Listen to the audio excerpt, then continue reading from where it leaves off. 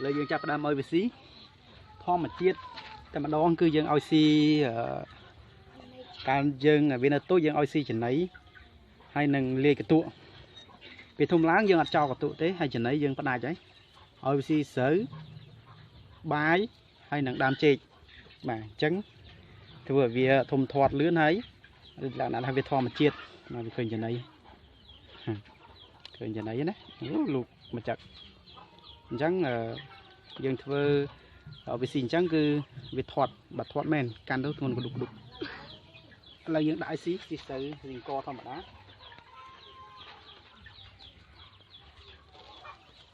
វាបាច់ចេញក្រៅយើងបាច់ឲ្យវាស៊ីអញ្ចឹងហ្មងស៊ីលើដីលើអីទៅពេលនេះវាដើររើស៊ី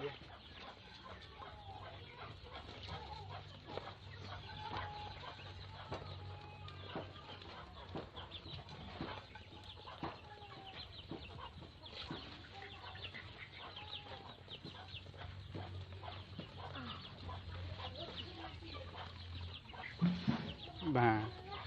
នេះវាស៊ីស្រូវស៊ីអង្គធម្មតា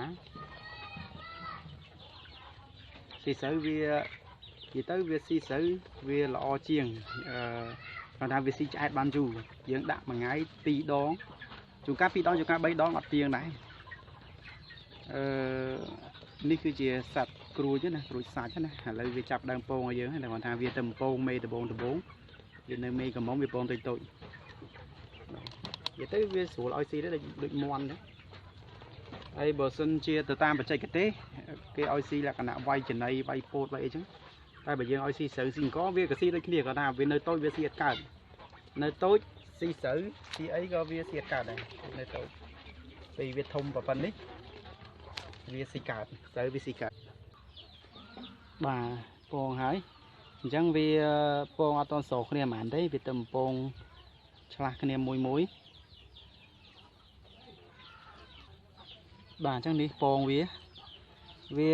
ធម្មតាវាទៅពងដំបងដូចពងមន់ដែរចង់និយាយថាមន់ដំបងវាពងតូចណាថាមន់កំមុំណា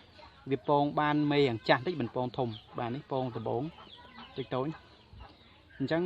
នេះជាក្រួចរបស់យើងហើយយើងក្នុងធុងហ្នឹងយើងដាំស្មៅដើម្បីទៅគឺអាសត្វហ្នឹងវាចូលចិត្តស្មៅបាទវា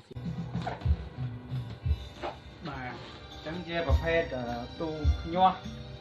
វីដៃយើងទទួលបានជាមួយនឹងអតិថិជនរបស់យើងគ្រប់គ្រងប្រើប្រាស់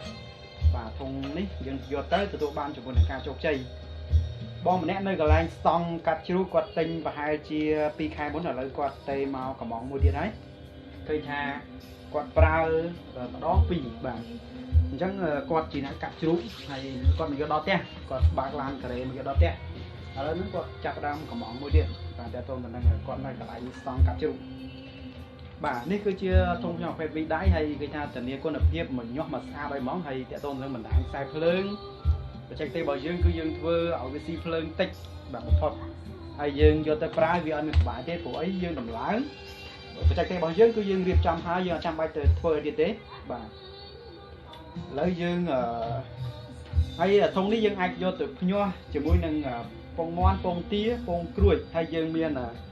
បង្ហាញពីក្រួយដែលយើងភ្ញាស់ហ្នឹងគឺឥឡូវវាពងឲ្យយើងវិញហើយបាទវាពងឲ្យយើងវិញហើយហើយខ្ញុំនឹងកាត់វីដេអូនេះចូលទៅកន្លែងពងក្រួយឲ្យមើលបន្តិចហើយតើតទៅនឹងក្រួយរបស់យើងវាពងបាទយើងកាត់លាយជាមួយគ្នាជាមួយនឹងវីដេអូទូដែលចេញទៅខាងបសេអនុនេះបាទអញ្ចឹងបងប្អូនរបស់យើងចង់បានជាមួយនឹងធុងភ្ញាស់